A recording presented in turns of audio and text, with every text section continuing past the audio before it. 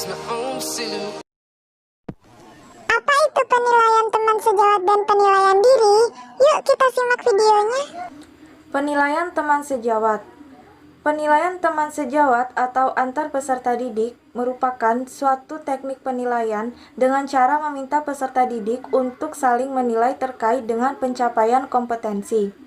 Instrumen yang digunakan berupa lembar pengamatan antar peserta didik. Intinya, penilaian teman sejawat ialah suatu teknik penilaian yang melibatkan siswa ataupun peserta didik guna menilai temannya mengenai kualitas kerja mereka. Teknik penilaian teman sejawat.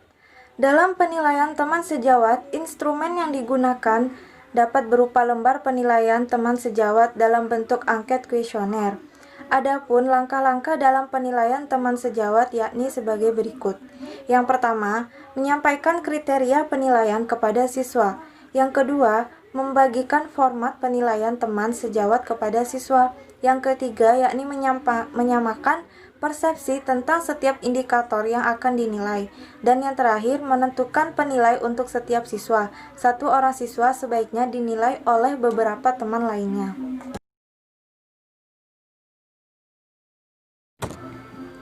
Penilaian diri.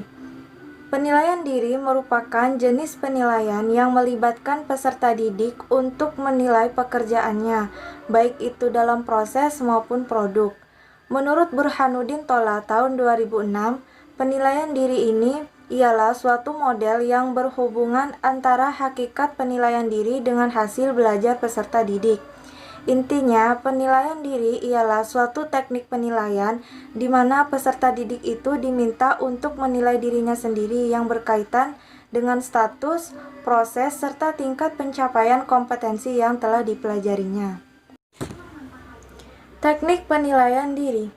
Penilaian diri dilakukan berdasarkan kriteria yang jelas dan tentunya juga objektif.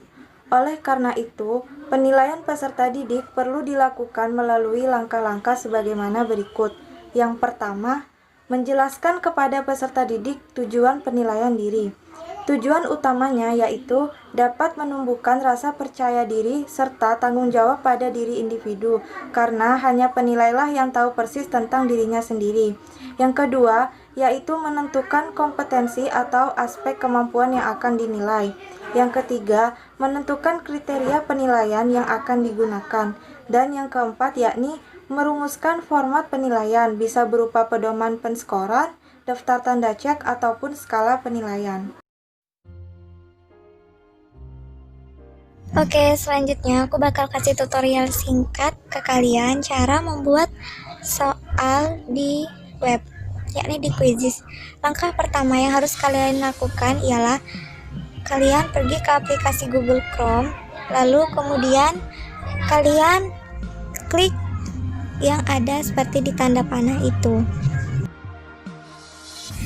Setelah itu, maka akan tampil seperti ini dan langsung saja kalian klik yang tulisan masuk. Nah, jika sudah, nanti kalian akan dimintai masuk dengan akun Google kalian.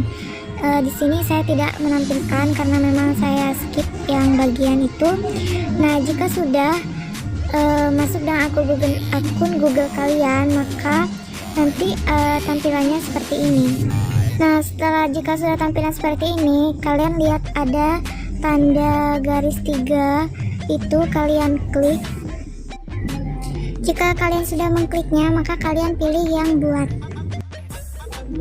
Kalian bisa memberikan nama kuis yang kalian inginkan dan jangan lupa untuk pilih subjek yang relevan, kemudian klik selanjutnya. Nah, jika sudah, kalian bisa memilih model soal seperti apa yang mau kalian buat. Di sini tuh udah tersedia banyak banget model soalnya, jadi kalian bisa memilih dari salah satunya. Sekian tutorial singkatnya dan selamat mencoba.